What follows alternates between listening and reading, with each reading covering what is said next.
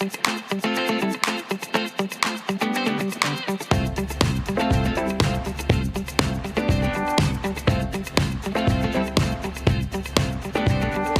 back to this Woman Wednesday edition of Liquid Lunch on Newsmax TV. We're coming here as we do every day, Monday to Friday, live from noon Eastern to 1 from the Question Tequila Studios. We are heavily fortified with Question Tequila, and we are going to use it in this segment. I promise you that. Before we mix it up with Kate Herman, model comedian, and Bernie McGurk joining us again. Dow Jones holding steady, up about 20 points, just waiting for the Fed to speak. And Bitcoin up $500, well above 10,000. So I very well may have been wrong, but keep your eye on your Bitcoin wallet because things could get hairy in there. So Bernie, Kate, all the talk today, of course, is debates. You heard Kate, you heard Bernie saying that they should just have a JV table, like a kid table, an adult table. I want you guys to take a look at this clip from Marianne Williamson, who would probably be at the children's table at this point because she's at the 1% mark. But let's take a look at what she had to say, because I think she did probably good for herself last night. We have an administration that has gutted the Clean Water Act. We have communities, particularly communities of color and disadvantaged communities all over this country, who are suffering from environmental injustice. I assure you, I lived in Grosse Pointe. What happened in Flint would not have happened in Grosse Pointe. This is part of the dark underbelly of American society. The racism, the bigotry, and the entire conversation that we're having here tonight, if you think any of this wonkiness is going to deal with this dark psychic force of the collectivized hatred that this president is bringing up in this country, then I'm afraid that the Democrats are going to see some very dark days. Wow, she used a compendium of SAT words in that statement there. But I thought, you know, I don't like any of them, but I thought she actually assailed herself well. Oh, yeah, I like her, actually, and she's 67 years old, by the way. She looks pretty damn good. Look, as far as, you know, she's talking about the inner cities, Flint, Michigan, I think last night was the night to ask maybe about Baltimore. I mean, if you really care about the inner cities and people looking the other way and not caring about the inner cities, I think Baltimore was the question to ask. Again, the moderators didn't ask. Cummings has been conspicuously and uncharacteristically silent since Trump leveled that attack. Maybe the truth hurts because they're all screaming racism when they have no argument. It's the last refuge of a skunk with no argument is racism, and I think that's what you're seeing. And why the moderators didn't ask the question, they don't want to put their friends on the spot. Kate, Marianne? Well, on Marianne, that clip made her sound, I was like with her until the dark force energy thing. I think she's proof that the secret works. I think that the reason they brought up Flint was because of the location, their proximity to Flint last night, and the debates being in Michigan, and also that Flint is going on, what is it now, like 4 years without clean water? I mean, it is ridiculous. Disgusting under a Democrat mayor, a Democrat's administrations. For sure. I mean, the whole thing was absolutely corrupt. And, I mean, Obama didn't have a good showing there when he went and sipped the water. The whole thing has been a debacle. And so, yeah, I mean, as in Baltimore, like, there are issues there. I understand why they brought up Flint, though, given the proximity with the debate being in Michigan and with it being such, like, an ongoing issue that wouldn't happen in a heavily white community. Let's take a look at the other, you know, avowed socialist, Bernie Sanders from last night's debate. Do we have a crazy Bernie? He was waving his arms and sticking his hand up and doing all these gestures. I think if we're going to force Americans to make these radical changes, they're not going to go along. You throw your hands up, but you haven't. Oh, I can do it, but you haven't implemented the plans. That's funny. So, well, listen, guys like Hickenlooper, Delaney, and Ryan, and those guys, and even what's his name from Montana, I forget his name, but whatever.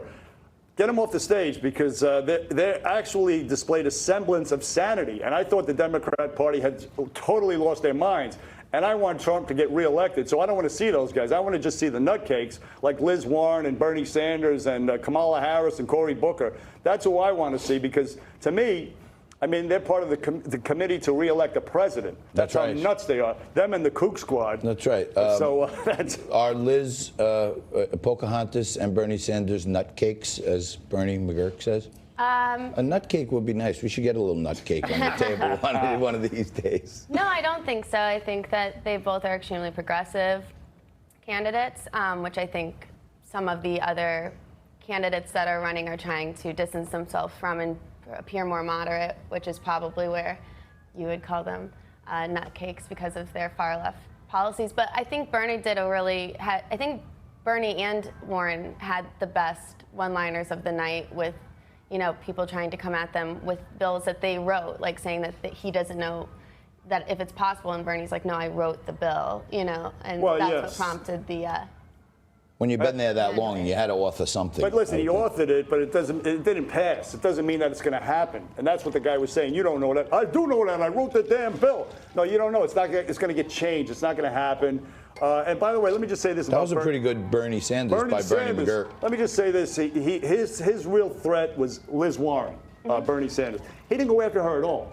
I mean, it's the same thing that happened with Hillary 4 years ago.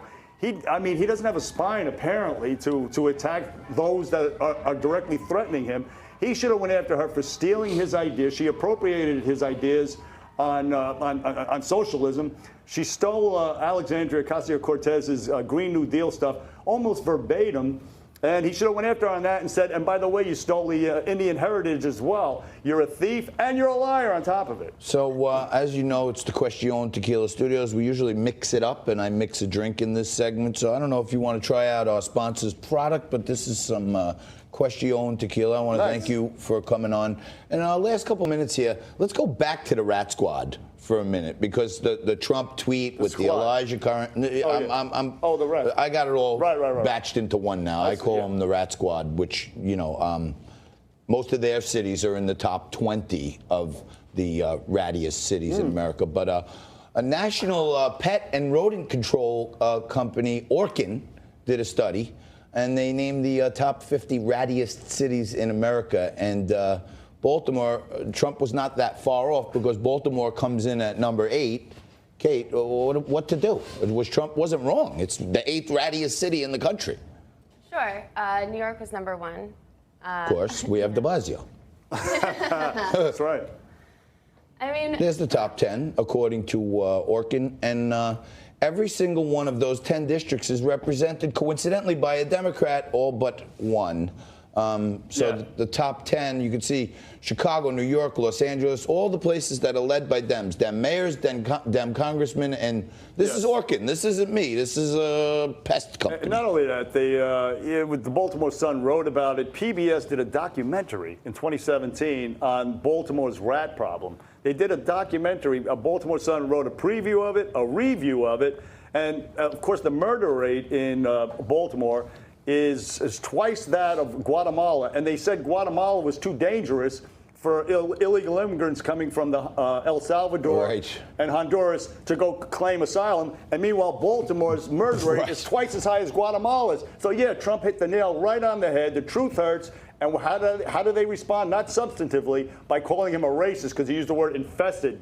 I mean, some lunatic logic there. Anyway. Baltimore residents might be seeking asylum very soon if the murder rate and the rat rate keeps going up. But Kate, I know you like to talk about sports teams and stuff like that. Do you think what's going on at Camden Yards is another contributing factor to the rat problem? Yeah, if I've said it once, I've said it a million times. Trash attracts rats. The Orioles are playing like trash. Therefore, you have a rodent problem. You see, folks, she's not just a model / comedian. She's a comedian. She's made of money. And Baltimore does lead Detroit. Detroit, they're just ahead of Detroit. Yeah, exactly. And there might be a correlating factor here. If your ball team stinks, your city is kind of ratty. You know what I mean? We have the Yankees, and our murder rate is pretty low. I mean, compared to those cities. So, maybe we got to get better ball teams, and I'll lower our rat population and our murder population. Anything could happen. We got all different stats. We got the rat stats. We got the baseball stats. Bernie, I want to thank you for coming down. Really appreciate it. Come on down again. Say hello to Flipper and Sid. And Kate Herman will be...